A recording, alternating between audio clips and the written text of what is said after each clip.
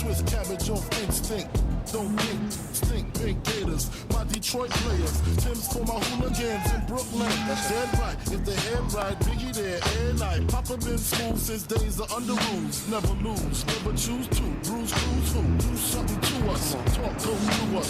Girls want to us, wanna do us. Screw us, who us? Yeah, Papa and Pump. Close like Starsky and Hutch, stick to clutch. Yeah, I squeeze 3 at your cherry M3. Bang every MC easily.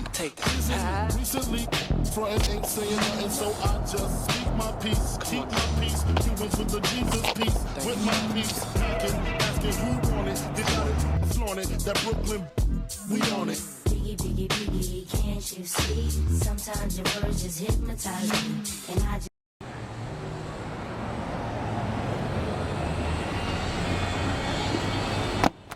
Yo, walk to my school, Clovis West. Yeah, Golden Eagle, we're #1 in the Central Valley. Let's take a tour. Clovis West is an open campus with multiple buildings spread throughout. Each building has its own set of classrooms which are devoted to a single purpose. For example, the J building in front of me is devoted to English only. No other classes exist in there. Another example would be right behind me. We have the E building devoted to science only.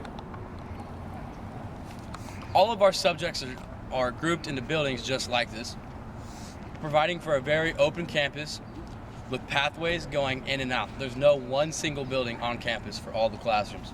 Another example would be down the pathway to my left would be the S building for math and the P building for foreign language and history.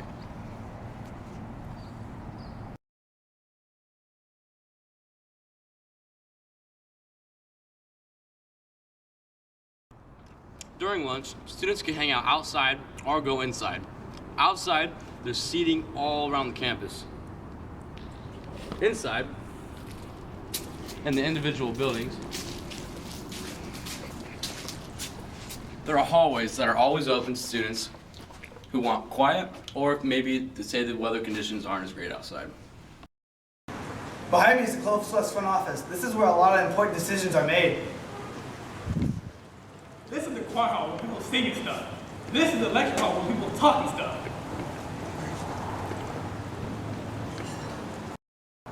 This is the school library. Here, you can use the computers, read a book, or print. Right now it's temporarily closed, but if it was open, I'd read a book. My favorite's Red Fern Grows. Welcome to the Clovis West cafeteria. Here, we grub chicken bowls, burritos, anything you want. Get it inside at lunch.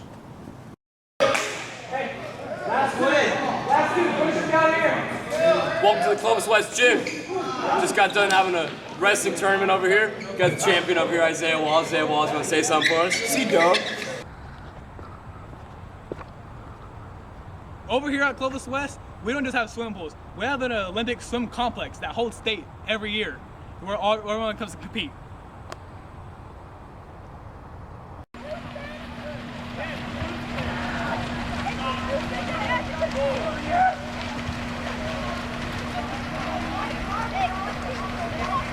That's good.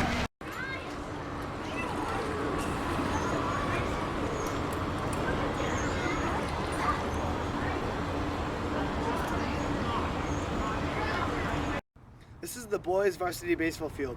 The stadium contains a snack bar, various restrooms, and a great baseball experience.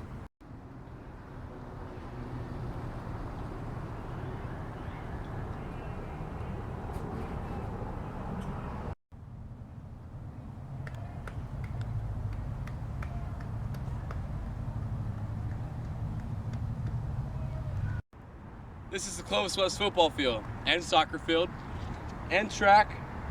Track and field goes down here too, can't forget about them.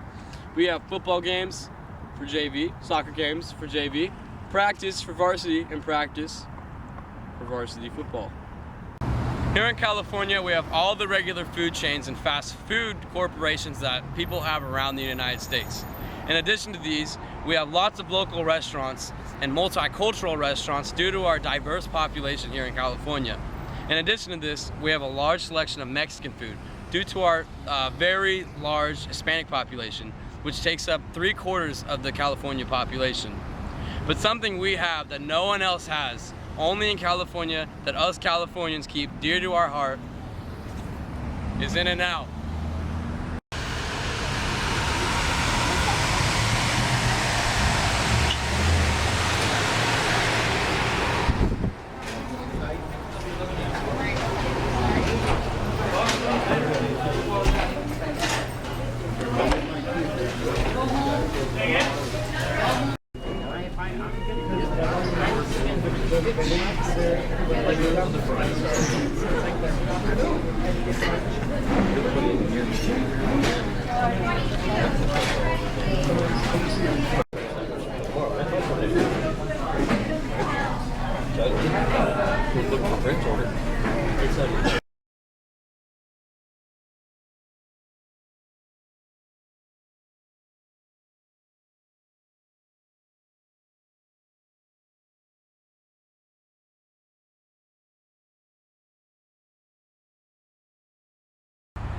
Fresno City is an urban area that consists of mostly housing, shopping centers, and schools. One of the most popular places for people to hang out of all ages on our side of town is River Park Plaza. Here you can shop, eat, and hang out.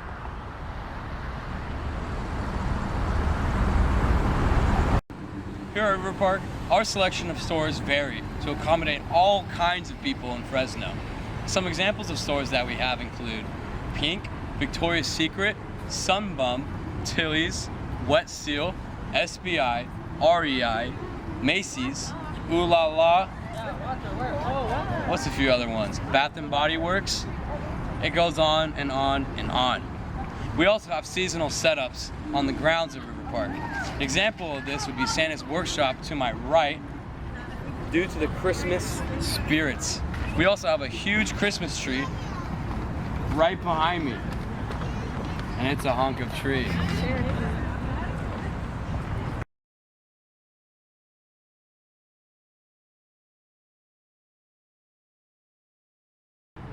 Put the stores and restaurants aside, the main reason people come to River Park is because this is where the main theater for our side of town is.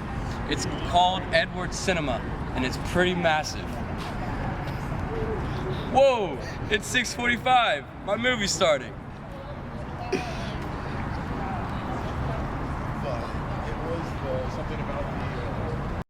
Out here in Fresno, California, not everyone drives a Prius, just like not everyone surfs. We also have gas-guzzling trucks, and we like to have fun. Here in Fresno, we're lucky enough to have a CSU college right in our own backyard. It's known as Fresno State University, more properly known as California State University, Fresno. Here at Fresno State, we have several D1 bound sports and some really good legends coming from our school that include Derek Carr, who is also known as the Oakland Raiders QB, and Devontae Adams. Also at Fresno State, we have a wide range of majors, our best being in engineering, agriculture, and business. We also have the standard fraternities and sororities, nightlife, and fun events to do all around.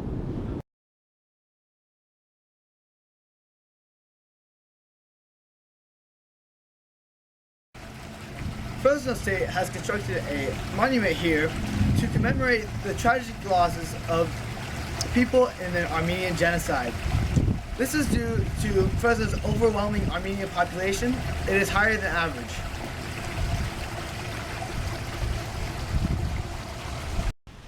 This monument here at Fresno State has 9 walls to represent 9 areas that were affected by the Armenian genocide.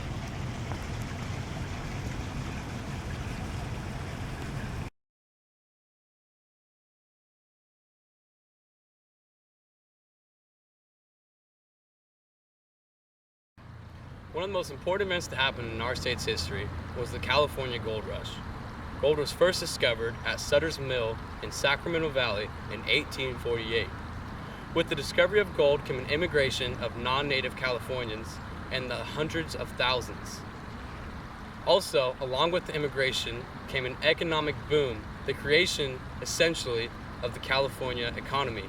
This was credited to the $2 billion worth of precious metals extracted from our native soil.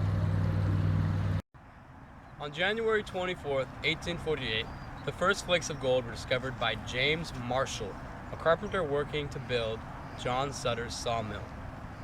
The discovery site of gold was in the American River, which is located at the base of the Sierra Nevada Mountains near Coloma, California. Shortly after the gold was first discovered, the Treaty of Guadalupe Hidalgo was signed by the U.S., ending the Mexican-American War. Thus, the United States now had possession of California legally.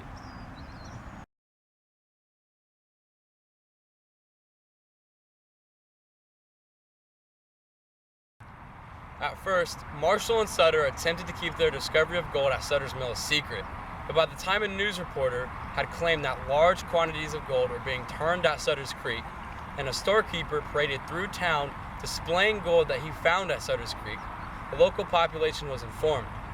Soon after, San Francisco males, 3/4 to be exact, were on their own journey to find gold. As news of fortune spread, the first migrants to California were those of the surrounding areas. Examples of these areas include Chile, Peru, Oregon, coastal cities, and even China. The news did not reach the East Coast because initially the press was in disbelief.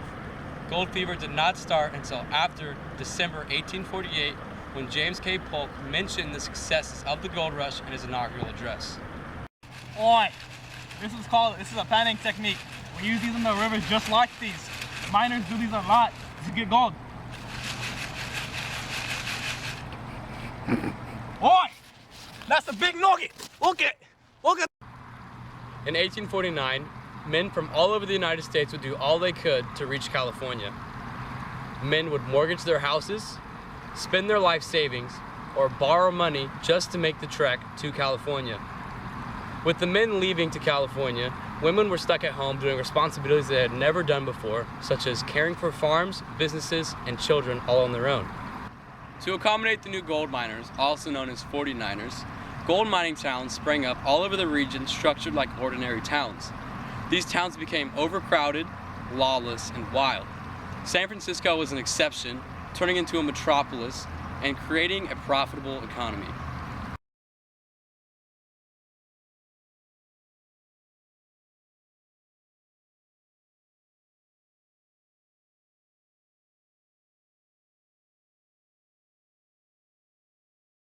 Oi! When fanning, sift through the rocks and dirt to get to the gold. I think I found one. Oi! He found one! From 1848 on, the daily intake of gold for an independent miner decreased sharply. After 1850, the surface gold in California largely disappeared from rivers and from land. With the industrialization of mining continuing, miners went from independent labor into wage labor under larger corporations mining for gold. Mining continued through the 1850s, but reached its peak in 1852 when a total of $81 million worth of gold was taken from the ground. After 1852, the amount taken continued to decline gradually, leveling off around $45 million in 1857. Though the amount of gold taken from the ground continued to decrease, the settlement in California continued to increase. By the end of the decade, in 1860, there was a total of 380,000 people living in California.